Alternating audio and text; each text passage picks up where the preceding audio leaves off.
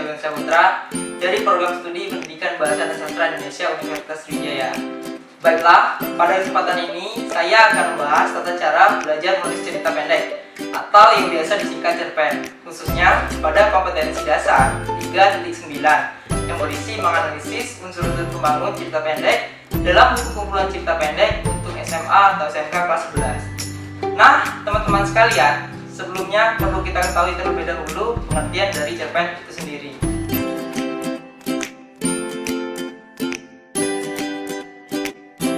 Cerpen singkatan dari cerita pendek. Cerpen ini merupakan jenis karya sastra yang menggambarkan cerita atau kisah alur hidup manusia dalam bentuk tulisan yang ringkas dan jelas.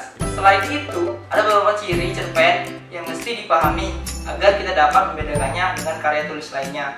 Di antaranya, pertama, cerpen ini memiliki jumlah kata tidak lebih dari 10.000. Yang kedua, memiliki proporsi penulisan yang lebih singkat dibandingkan dengan novel.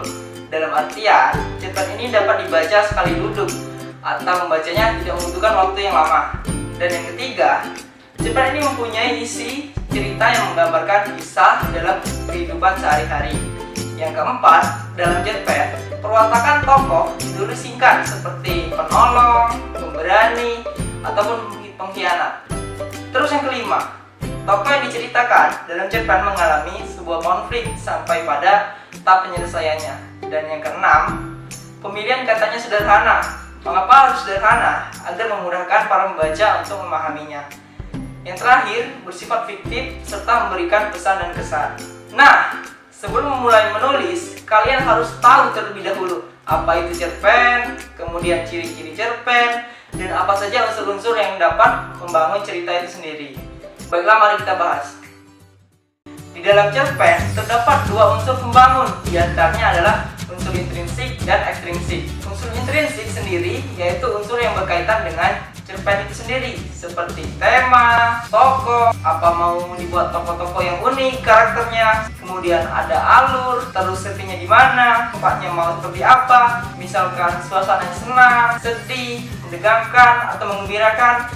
Kemudian adanya gaya bahasa, sudut pandang, serta terakhir ialah mengandung sebuah amanat. Sedangkan unsur ekstrinsik adalah unsur yang terdapat di luar cerita, seperti bahasa, misalkan penulis menuliskan bahasa daerahnya atau bahasa asing dan lain sebagainya. Kemudian adanya latar belakang pengarang, bisa kita ketahui dari segi penulisannya, bahasa yang digunakannya. Dan yang terakhir adanya nilai-nilai yang terkandung dalam cerpen. Dalam nilai ini ada yang mengandung nilai sosial, nilai budaya, bahkan nilai religius. Setelah kita ketahui unsur intrinsik dan ekstrinsik, kalian juga harus memahami struktur cerpen agar kalian ketika nanti menulis tidak terbalik-balik urutannya. Jadi struktur cerpen itu ada urutannya, mulai dari abstrak, pengenalan di mana tokohnya, karakternya seperti apa, settingnya di mana, suasananya seperti apa, terus orientasi, kemudian komplikasi, di mana mulai puncak permasalahan atau kejadian intinya, klimaksnya apa, terus evaluasi, mulainya penyelesaian dari permasalahan tokoh, kemudian resolusi, dan yang terakhir kode. Baiklah, kita bahas unsur intrinsik. Yang pertama adalah tema. Tema merupakan ruh atau nyawa dari setiap karya cerpen. Tema ini merupakan ide atau gagasan dasar yang melatar belakangi keseluruhan cerita yang ada dari cerpen.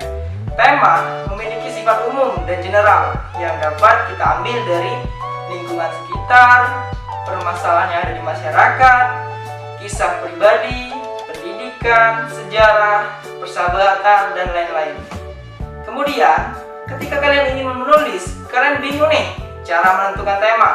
Nah, ini salah satu hal yang sangat penting sekali. Coba kalian tulis sesuatu yang paling dekat dengan diri kalian. Jadi misalkan, kalian memikirkan tema. Banyak orang berkata, hal yang paling sulit dalam menulis itu adalah menentukan tema. Menentukan idenya, kira-kira mau nulis apa, dibikin seperti apa, inspirasinya, yang bagaimana. Nah, itu sangat sulit sekali, tapi bisa diatasi. Coba kalian tulis apa yang paling dekat dengan kalian. Misalkan, kalian mempunyai handphone atau Android kesayangan. Nah, handphone tersebut mungkin pernah disita oleh guru kalian. Nah, kisah tersebut bisa kalian angkat menjadi sebuah judul seperti dekanku terhalang oleh guru, atau mungkin sekolahku menjadi sebuah penjara, dan lain-lain. Kemudian untuk penokohannya bisa kalian modifikasi seperti guruku gaptek, atau saja membuat kalian berpikir kreatif dalam menentukan suatu tema. Kemudian yang kedua, adanya tokoh dan penokohan. Sebelum menulis, kalian juga harus tahu bedanya tokoh dan penokohan agar pembaca bisa menebak sifat atau karakteristik dari pemeran yang ada dalam cerpen kalian. Tokoh atau penokohan ini merupakan bagian yang wajib ada dalam sebuah cerita. Namun perlu diketahui, tokoh dan penokohan merupakan dua hal yang berbeda dalam sebuah penulisan. Pertama, pengertian tokoh. Tokoh ialah pelaku atau orang yang terlibat di dalam suatu cerita, sedangkan penokohan adalah penentuan watak atau sifat tokoh. Misalkan, tokoh bernama Hardi yang selalu ceria dalam ceritanya. Nah, ia selalu bersyukur atas rezeki yang ia dapat setiap hari. Atau Reza yang suka penolong walaupun ia selalu dijauhi karena kondisi perekonomiannya yang tidak berkecukupan. Selain itu, ada 4 jenis tokoh yang digambarkan dalam cerita, seperti protagonis, antagonis, tritagonis, dan tokoh figuran. Nah, keempat jenis tokoh ini bedanya apa? Kalau protagonis, tokoh ini pemeran utama yang mendukung alur cerita, biasanya menjadi pemeran utama dan mempunyai sifat yang baik. Contohnya seperti pada kutipan berikut ini. Keesokannya, Pak Bejo bertemu dengan seorang nenek di pasar. Ia meminta uang kepada Pak Bejo untuk ongkos pulang. Meskipun kekurangan, Pak Bejo memberi sedikit uang dan mengantarkan nenek itu ke terminal. Di sini, Pak Bejo digambarkan sosok tokoh yang memiliki sifat suka menolong orang. Selanjutnya antagonis. Tokoh ini juga menjadi pemeran yang menjadi penentang daripada tokoh protagonis. Tokoh antagonis memiliki watak yang negatif seperti iri, dengki, sombong, angkuh, congkak, dan lain-lain. Contohnya seperti ini. Rafiq pergi ke lapangan. Sekali ia ikut bermain bola, namun ia menendang kaki temannya dengan sengaja dan menyiram temannya dengan air. Di sini, tokoh Rafiq digambarkan sosok tokoh yang memiliki sifat yang nakal, jahil, ia suka menyakiti orang lain. Nah, yang ketiga tritagonis. Tokoh ini adalah tokoh penengah dari protagonis dan antagonis. Tokoh ini biasanya memiliki sifat yang arif dan bijaksana. Contohnya sebagai berikut. Aku segera lari ke pos satpam yang ada di ujung jalan dekat Gapura. Tidak terpikirkan lagi dengan apa yang terjadi dengan dua sahabatku. Pak Satpam panik mendengar teriakan. Ia segera memberitahu petugas lainnya untuk segera datang menangkap maling di rumahku. Di sini, tokoh aku digambarkan sesosok tokoh yang tidak berpihak ke antagonis ataupun protagonis. Ia memiliki sifat cekatan dan bijaksana, dibuktikan dengan kutipan, aku langsung lari ke pos satpam. Kemudian yang terakhir adalah tokoh figuran. Tokoh ini memberikan tokoh pendukung yang memberikan tambahan warna dalam cerita. Contohnya, keesokan harinya, aku sudah berada di perusahaan Pak Budi sambil menenteng stok map berisi berkas-berkas kelengkapan melamar pekerjaan. Ia sebuah perusahaan besar yang bergerak di bidang pembuatan sepatu, tas, dan pakaian. Aku diterima dengan baik oleh resepsionis perusahaan, diantarkannya aku ke bagian personalia. Setelah wawancara singkat, aku diantar ke meja tempat aku bekerja. Berdebar jantungku, tidak menyangka aku akan bekerja di perusahaan sebesar ini. Tempat kerja Mas Adi nanti, pegawai personalia itu melayaniku dengan baik. Ya, Pak, jawabku dengan gugup. Nah, di bagian ini, tokoh yang menjadi peran resepsionis seperti pegawai yang hadir mengiringi dan melengkapi dalam aktivitas kegiatan dari tokoh utama sebagai aku.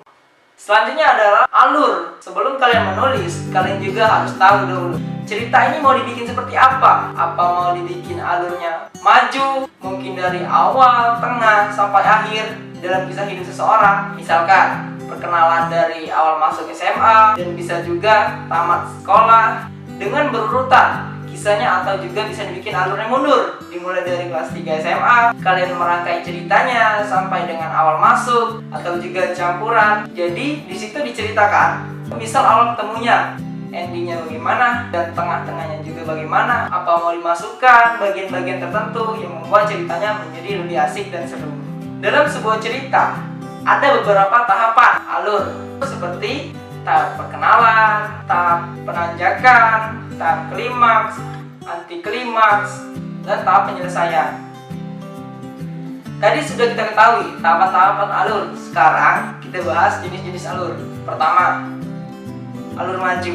Alur ini menggambarkan jalan cerita yang urut dari awal perkenalan, pengenalan tokoh, situasi, lalu menimbulkan konflik, hingga puncak konflik, dan terakhir penyelesaian konflik. Contohnya, misalkan berawal dari cerita seorang anak pemulung di usia 10 tahun, kemudian ia sekolah dan berprestasi di usia 15 tahun. Namun, setelah ia tamat sekolah, ia mendapatkan tawaran beasiswa untuk melanjutkan kuliah di usia 17 tahun. Sampai ia diterima bekerja di perusahaan ternama di usia yang ke-21 tahun. Intinya adalah, pada alur maju ditemukan jalan cerita yang runtut sesuai dengan tahapan-tahapannya. Yang kedua, alur mundur. Di alur ini, penulis menggambarkan jalan cerita secara tidak urut atau cerita bergerak mundur. Di alur ini biasanya bercerita tentang latar belakang sebuah kejadian. Misalnya, cerita tentang seorang mantan tentara yang membayangkan kisah hidupnya di masa muda. Seperti ia pernah ikut berperang, masuk ke hutan, sampai akhirnya sekarang ia menjadi pak tua yang hanya duduk di kursi roda. Terakhir ialah alur campuran. Cerita yang memiliki campuran, alur maju, alur mundur. Biasanya cerita ini dimulai di tengah-tengah dari urutan tahapan perkembangan alur, sementara cerita berkembang maju, namun beberapa kali ditampilkan beberapa potongan flashback yang menjelaskan latar belakang cerita. Contoh, kisah cerita seorang guru yang akan berangkat mengajar ke sekolah. Ketika di perjalanan, ia melihat seorang mahasiswa yang menggunakan alma mater. Dengan sekejap, ia langsung teringat perjuangan ia masuk ke perguruan tinggi yang begitu sulit untuk menjadi seorang mahasiswa. Lalu berlanjut kembali ke masa sekarang dengan mengingat hasil jerih payahnya yang pernah ia lalui dan kembali memikirkan tujuan awalnya untuk meraih cita-cita. Kemudian adanya setting atau latar. Di dalam cerita, kalian harus dapat menentukan suasana, waktu, tempat, dan lokasi dalam cerita. Seperti di sekolah, di taman, di hutan, di laut, dan lain-lain. Mengapa sih pentingnya setting atau latar ini dalam suatu cerita? Karena agar membaca dapat ikut membayangkan serta merasakan dan bahkan terhanyut pada saat membaca cerita tersebut. Hal ini dikemas agar cerita tersebut menjadi lebih baik, bahkan dapat menginspirasi pembaca. Berikut adalah contoh kutipan tulisan yang mengandung latar tempat. Pak Tono akan berkunjung ke rumah orang tuanya di Gunung Kidul. Beliau mengajak kedua anaknya yang sedang kuliah di Yogyakarta. Ketika dalam perjalanan, mereka melihat ada kecelakaan sebuah bus yang menabrak pembatas jalan. Polisi sudah menangani kecelakaan itu dengan sigap. Di sini dapat kita lihat bahwa dari cerita tersebut menunjukkan latar tempat. Buktinya terdapat pada kalimat ketika dalam perjalanan. Selanjutnya yaitu ada latar yang mengandung waktu. Berikut adalah contoh kutipan tulisan yang menunjukkan waktu. Ketika matahari sedang malu-malu menampakkan sinarnya, Aisyah segera bersiap-siap berangkat sekolah. Dia mempersiapkan peralatan sekolahnya. Dengan cermat, dia berangkat sekolah dengan menaiki sepeda. Pada latar waktu ini dapat kita lihat pada kalimat yang menunjukkan ketika matahari sedang malu-malu menampakkan sinarnya, yang berarti waktu menunjukkan pagi hari. Nah, yang terakhir ada latar suasana. Contohnya sebagai berikut. Hari ini Anwar tidak masuk sekolah karena jatuh dari sepeda. Kaki kanannya sakit, tidak bisa untuk berjalan. Teman-teman sekelas Anwar menjenguknya ketika pulang sekolah. Dalam contoh ini, yang membuktikan latar suasana ialah pada kalimat jatuh dari sepeda.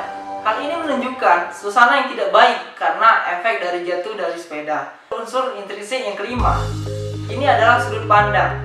Sudut pandang merupakan strategi yang digunakan oleh pengarang untuk menyampaikan ceritanya, baik itu sebagai orang pertama, orang kedua, orang ketiga. Pertama, penulis memposisikan dirinya sebagai aku, bukan tokoh utama. Aku hanya mengomentari apa yang dilihat dan didengar saja.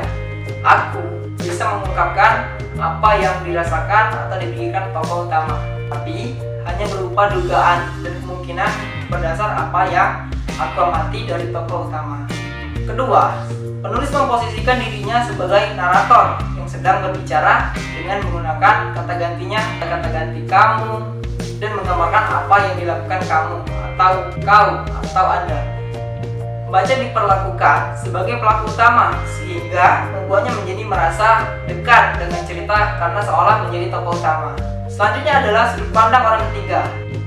Penulis ada di luar cerita, tak terlibat dalam cerita. Penulis juga menampilkan para tokoh dengan menyebut namanya atau kata ganti dia. Unsur intrinsik yang keenam adalah gaya bahasa. Gaya bahasa merupakan ciri khas seorang penulis dalam menyampaikan tulisannya kepada publik. Baik itu penggunaan majas, diksi, pemilihan kalimat. Nah, dalam penggunaan gaya bahasa, penulis kadang menggunakan berbagai macam kalimat ataupun gaya bahasa seperti hiperbola, eufemisme, alegori. Salah satu contoh lain ialah majas hiperbola. Kakak membanting tulang demi menghidupi keluarganya. Unsur intrinsik yang terakhir ialah amanat. Ketika kita sudah mulai menulis, kemudian membuat konsep, menentukan tema, alur, dan lain-lain, kita juga harus menyesuaikan isi cerita dan meninggalkan kesan dan pesan untuk pembaca. Namun, amanat ini tidak ditulis di dalam cerita, tapi amanat bisa dirasakan oleh pembaca secara langsung, melainkan tersirat dan akan bergantung sesuai pemahaman dan pembaca tersebut. Selain itu, untuk mengetahui amanat dalam sesuatu cerita, pembaca juga harus membaca dan memahami isi cerpen secara keseluruhan. Setelah kalian sudah paham akan unsur-unsur pembangun cerpen dan mengerti akan struktur dari cerpen itu sendiri, langkah selanjutnya ialah mulai menulis. Jangan tunggu nanti-nanti lagi. Segera ambil alat tulis kalian seperti laptop, handphone, atau siapkan pena dan kertas. Tuangkan semua ide kalian, mulai coret-coret, bisa kalian bikin kerangkanya dulu atau bikin sinopsisnya dulu, itu terserah kalian. Intinya, yang bisa memancing ide-ide kalian sampai selesai ceritanya.